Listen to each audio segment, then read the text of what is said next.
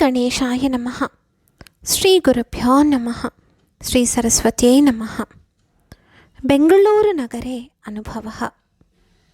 सुधीरः। अभिराम, भवान् बेङ्गळूरुनगरं गत्वा किं किं दृष्टवान्? अभिरामः: अहं पुस्तक आपणं गतवान्।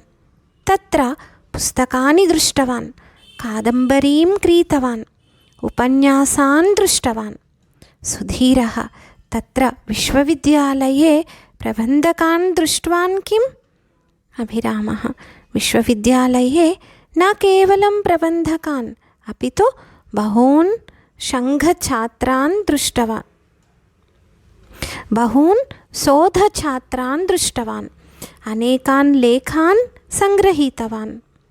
सुधीरः: तत्र प्रसिद्धम् उद्यानं न गतवान् किम्? अभिरामः: मध्याह्ने वस्तुसङ्ग्रहालयं गतवान्। तत्र अनेकानि वस्तूनि दृष्टवान्, पुरातनानि आयुधानि दृष्टवान्, मार्गदर्शकान् पृष्टवान्। सायम् उद्यानं गतवान्।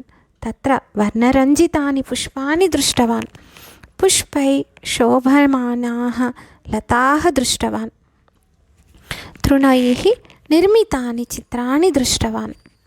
सुधीरः: तर्हि बेङ्गळूरुनगरं द्रष्टुम् एकं दिनं न पर्याप्तं। भवान् तत्र कति दिनानि अटितवान्? अभिरामः: दर्शनीयानि स्थानानि बहूनि सन्ति तत्र, किन्तु कार्यभारकारणतः अहं शीघ्रम् आगतवान्। सुधीरः: पुनः मिलामि, भवतः अनुभवान् वदतु। धन्योऽस्मि। स्वस्ति।